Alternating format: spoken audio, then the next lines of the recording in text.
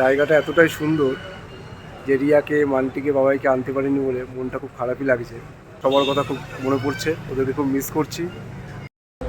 এই হচ্ছে বাস, এই হচ্ছে ধাবা। বাস দাঁড়িয়েছে, যারা যারা খাবার খাবে। এখন বাজে রাত্রি 2:05। আমরা এখন চাউমিন খাবো।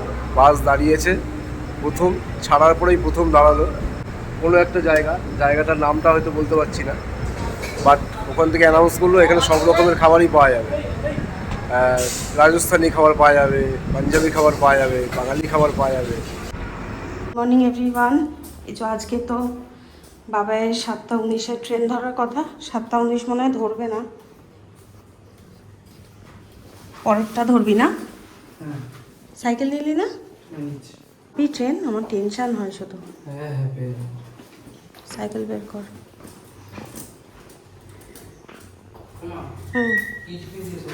রুটি আলুর তরকারি।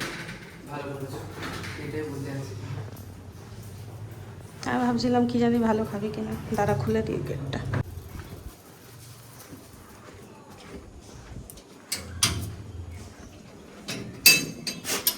টিকিট কেটে নিস। যা।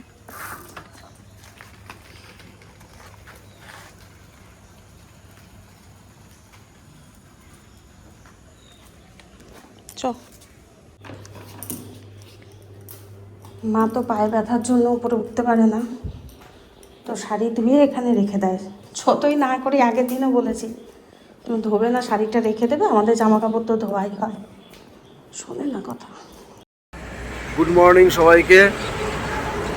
আমরা বাস থেকে নেবে আমাদের একটা গাড়ি দিয়ে দিয়েছে, এই গাড়িটা। আমরা সেই গাড়ি করে এখন নৈনিতালের দিকে যাচ্ছি। মাঝখানে এক জায়গায় দাঁড়ানো হলো, কেউ যদি চা কিছু খায় সেই জন্যে। খুব ভালো লাগছে।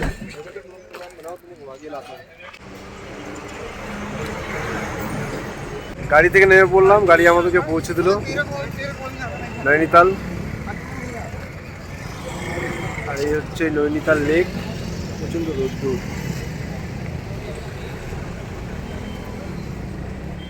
দারুণ জায়গা।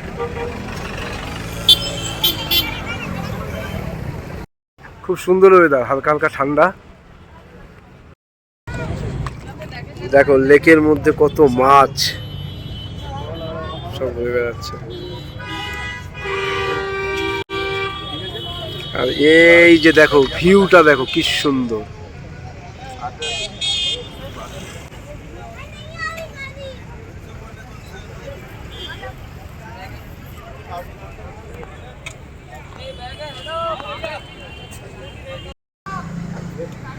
হোটেলে রুমে ঢুকে স্নান করে ফ্রেশ হয়ে রেডি হয়ে নিয়েছি।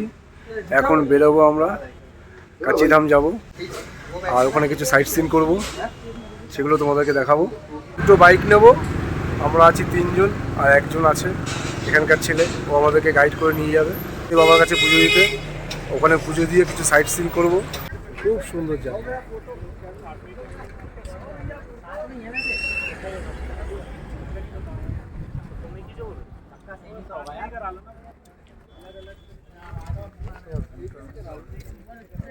সকাল থেকে যে আজকে সময়টা আমার কেমন গেছে আমি তোমাদেরকে বলে বোঝাতে পারবো না। সেই গতকাল রাতে তোমাদের দাদাভাইয়ের সঙ্গে কথা হয়েছে, সকাল থেকে আর একটুও যোগাযোগ করতে পারিনি। না হোয়াটসঅ্যাপে কল করে পাচ্ছি, না ফোনে কল করে পাচ্ছি।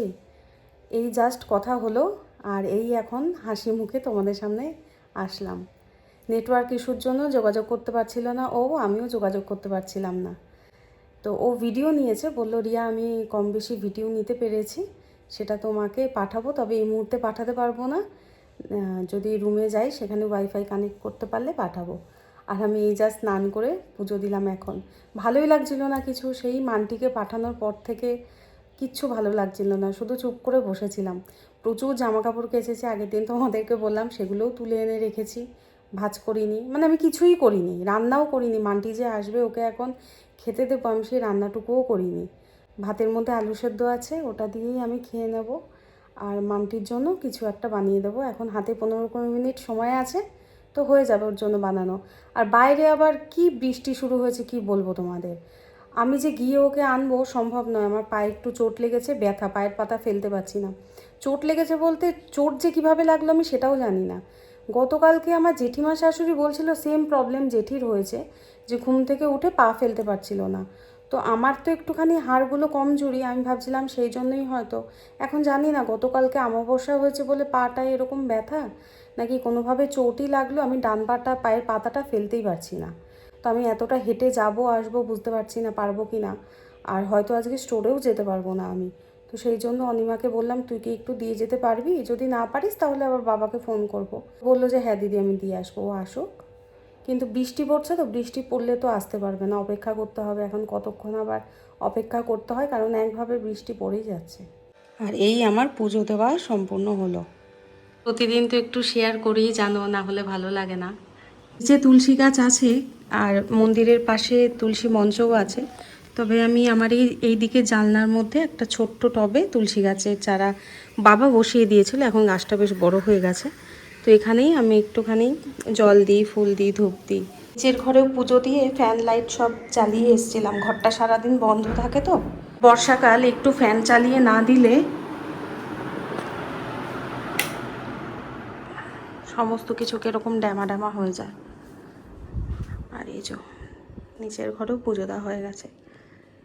আমি ভাবছি কি যে ঠাকুরের এই ইয়েগুলো, ফটো ফ্রেমগুলো এমনি রাখা তো, একটা সুন্দর কাপড় পেতে তার উপরে রাখবো। আসলে ভাই পুজো দিত এখানে, ভাই এভাবেই রেখেছিল।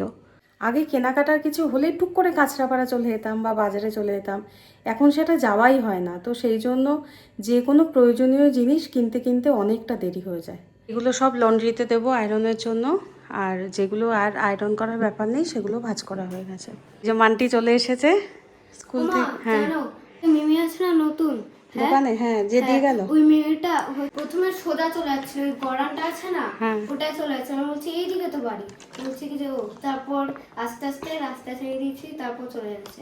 আর বলছিল যে তোদের বাড়ি এত ভেতরে, আমি বলছি হ্যাঁ এতটাই তো হেঁটে যায় আসে না। মিমিরা জানো রোজ ম্যামরা ক্লাস টেস্ট নিচ্ছে, তা আবার সারপ্রাইজ। আর রোজ আমি 5.5, তারপর 6-এ 5.5, 10-এ 7.5, 9, একদিনই শুধু 10-এ 10 পেয়েছি বেঙ্গলিতে। আজকে যেমন 10-এ ইভিএসে সারপ্রাইজ টেস্ট নিয়েছিল, 9.5 পেয়েছি। তারপর আজকে আবার বেঙ্গলিতে নিয়েছিল 6-এ 5.5 পেয়েছি। কোনোটাই ফুল মার্কস পাচ্ছি না, শুধু একটাই পেলাম ওই দিন বেঙ্গলিতে।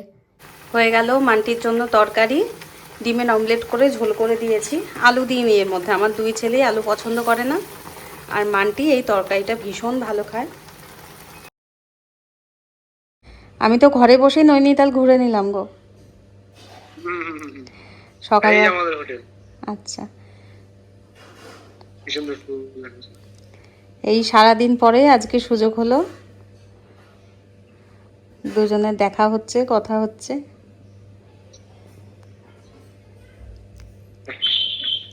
শান্তি, তোমাকে দেখলেই শান্তি গো, সকাল থেকে কথা হয়নি, একটু ভালো লাগছিল না।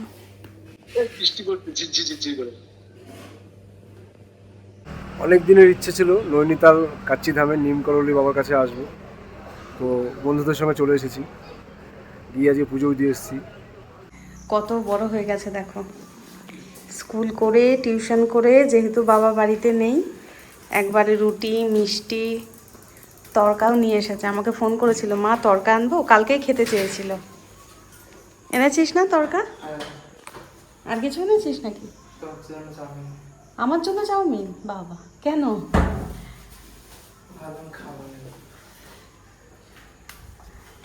দেখেছো তো কত বড় হয়ে গেছে।